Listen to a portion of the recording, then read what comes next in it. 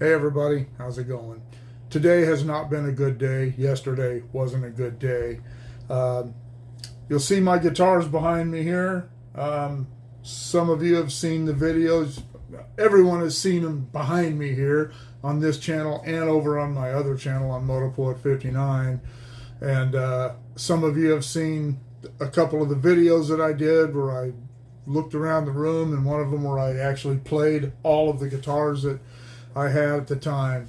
And I'll turn this a little bit here because I want to showcase three of my guitars. For those of you who saw the video that I did about the guitars, you'll notice that I have two new ones, two different ones. And the one back in the corner there was my first electric guitar. And I bought that from my buddy, Mark Sr., who was the first kid that I became friends with when we moved to Tehachapi in 1969 when I was 9 years old. Mark had been missing for some time. He had been very ill and went to a hospital, called our friends with whom he was staying at the time, let them know what the hospital said about this issue that he had gone for. And when he hung up, that was the last time anyone heard from him until yesterday. We just didn't know where he was. And as it turned out, he had been in a hospice since May. And thankfully, one of our friends, Troy Lansdowne, was the only person other than his brother John that Mark had authorized them to contact. And after repeated attempts to try and contact his brother without any success, they contacted Troy yesterday morning. Troy called me, and I was able to go down to the hospice and spend about 3 hours with him. He was awake, but he wasn't able to respond. He was able to make eye contact with me. I knew he was there, and he knew I was there. I don't know what all he understood. I spoke with him at length about old times, about our times playing guitars, and he was such a talented individual. I'm sorry. He could do anything. So talented. I'm going to do another video about these two new guitars and some of the other equipment that you see here. This that Stratocaster there and that Jackson. Those were Mark's guitars. And after he went missing, I get together with our friends, and I told him I was going to come and get his guitars. We all thought that that's probably what Mark would want. I kept hoping he would show up at my door and say, hey, give me my shit back. But that didn't happen. Mark passed away last night at 11:40. He had cancer. I'm not going to get into all the details because it doesn't matter. He's gone. But I did get to spend that time with him talking about, as I said, he couldn't respond. I talked to him about the old times and music. Told him I had his guitars and I never sell them. And I won't, so don't ask. They're highly modified guitars. As I said, I'll do a piece on them when I'm a little better off. If it hadn't been for Mark, I'd have never got into playing guitars. He started playing when we were like, I think maybe 13. He started playing, and he was so good at it right away. And I just wanted to do that. And he said he only had that guitar there, the Les Paul copy, and that's the only thing he had. He said, well, get a guitar, because I'm not going to let you play mine all the time because I don't want to play it, but I'll show you how to play. And I got an acoustic guitar, and Mark started teaching me how to play. I never came anywhere near Mark's ability, but I did get pretty good, and most of the things I learned from him. And he always told people that I was a really good guitar player. I was a good rhythm player. And I was not elite. I didn't try to compete with Mark in the lead department, and he's the person I played guitar with the most often. But he can play anything, and I've told people this, and they roll their eyes and click their tongues. But there was a time when I would have stacked Mark up against any guitar player I've ever heard, and that includes Eddie Van Halen and Jimi Hendrix and everybody else. Mark was a spectacular guitar player, and he had absolutely no desire. I used to try to get him, hey man, let's start a band. He just was not interested in doing that. He was a very private person, and he just didn't want to put himself out there, and I never understood it, man, because back then he was always said I don't like going places with him, because when it came to girls, if he and I were together, I was always the second fiddle, and when it came to playing guitars, I was always second fiddle. But I was okay with that. Me and Mark were buds, and these guitars are what bonded us as brothers. We spent a lot of time together playing guitars. I used to have a van back in the late 70s, and it was a customized van. Didn't have any seats in it except for the 2 captain seats. And we would take our acoustic guitars and just go drive out somewhere in the country and sit there with all the doors open and just play acoustic guitars and put songs together and do stuff. Mark was a very talented artist. I wish I had some of his artwork. He didn't commit a lot of his work to paper. He did spectacular murals. He was into martial arts when we were kids, and he had a badass mural that he painted of Bruce Lee up in the air with his legs.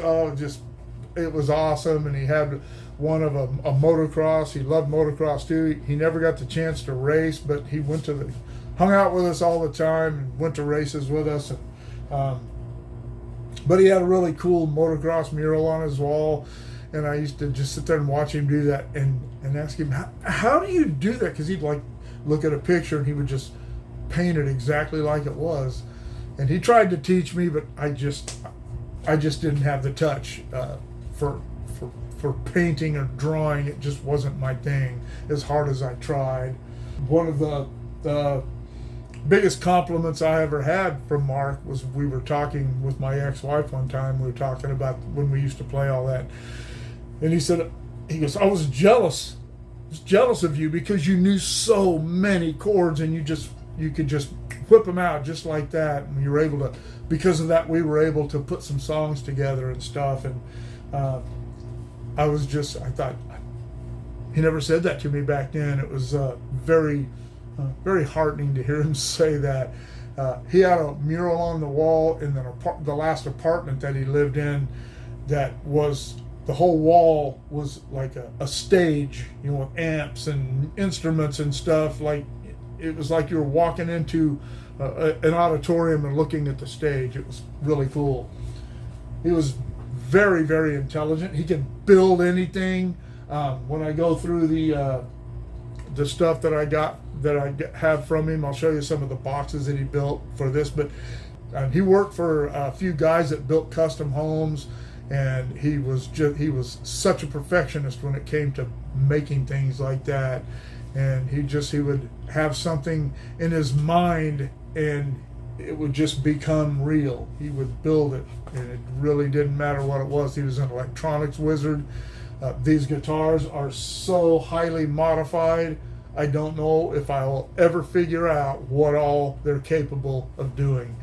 I was going through all my photographs trying to find some pictures of Mark, and as I said, he wasn't an extroverted person. He did not like being photographed.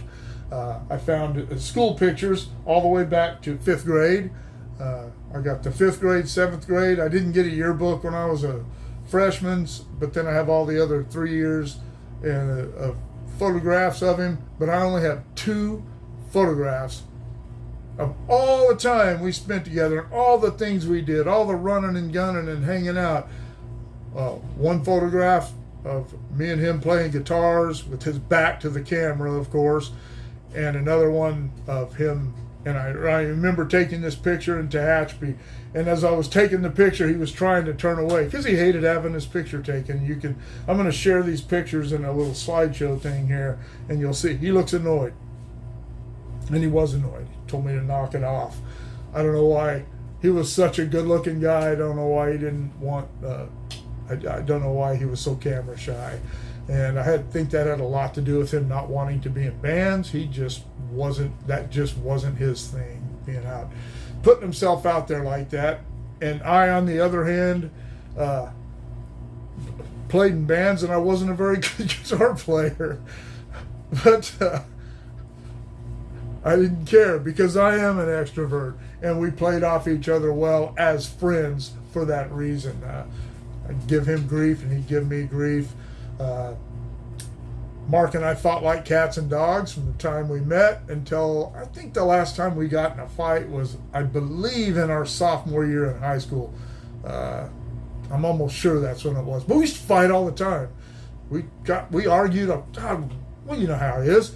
Most of the fights you get in your life, if you're a real man and you have really good friends, most of the fights you get in are with those friends because you're around each other all the time. You're going to get into an argument, escalates, blows are thrown, punches are thrown, everybody gets over it, and next day it's calling him up, hey, we walk into school today? Yeah, I'll be there in a minute. And it's not talked about again. You don't sit there and go, you know what, I think you cheated in that. Doesn't matter. It didn't matter. It's over. It's out of our system.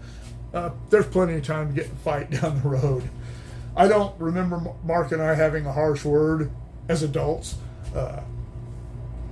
Certainly talked a lot of crap about each other. We didn't do it behind each other's back because that was no fun. They got to be there. If you're going to talk crap about somebody, they need to be there so you can laugh about it. I'm going to miss Mark. We hadn't spent a lot of time together over the last 10 years or so. I mean, I moved away from Tehachapi in 1993, and he continued to live up there. But when I would go up to visit people, my friend Leslie and Mark were the only two people I really ever visited when I went up there. And Mark lived with our friends Robin and Troy for quite some time, so I visited them as well.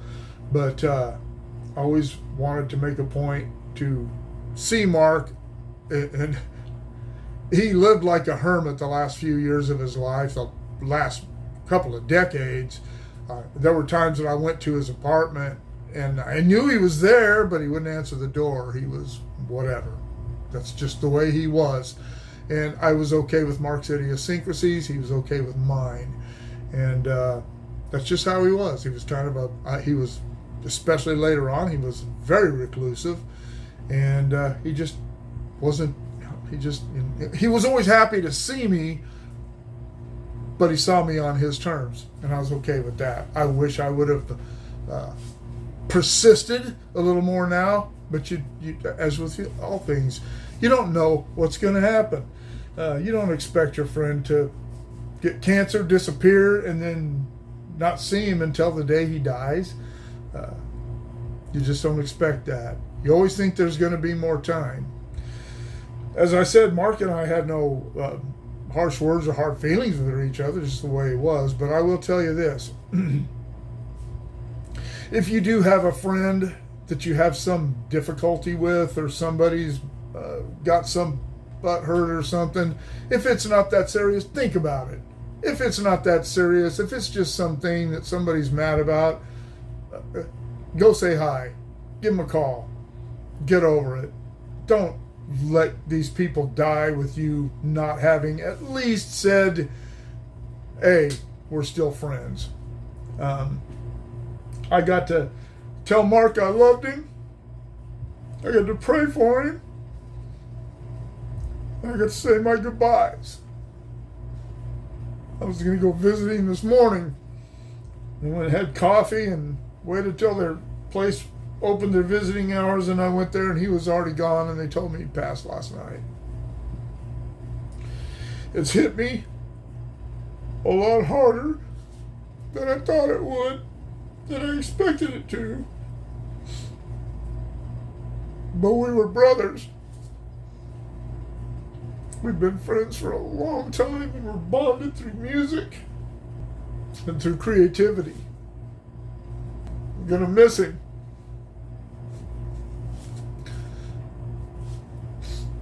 Don't hold on to your anger.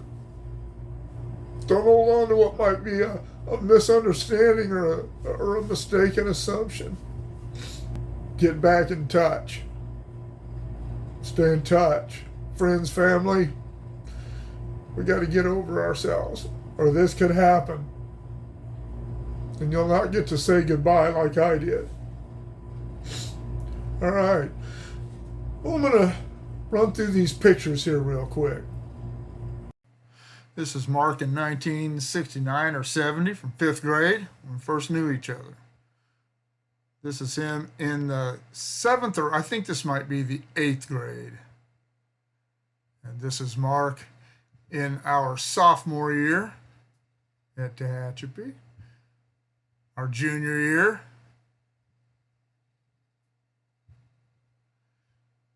This is a picture of Mark getting pushed on a trike by Danny Thompson, one of our buddies. There's Mark's senior picture. I told you he was really a good-looking guy. It's me and Mark and a friend of ours named Tony Hanna getting ready to do a jam out at Tony's apartment in 1988. And this is the last picture I have of Mark taken in our music room at my house about 1988. He was a hell of a guy, and I am going to miss him. I know that this is an unusual video for my channel, and I'm going to put it over on my other channel too. And I know that this isn't what everybody's used to, but I wanted to share this with everyone because it's part of my life. And Mark was just a big part of my life, a bigger part of my life than I realized. So that's all I got to say.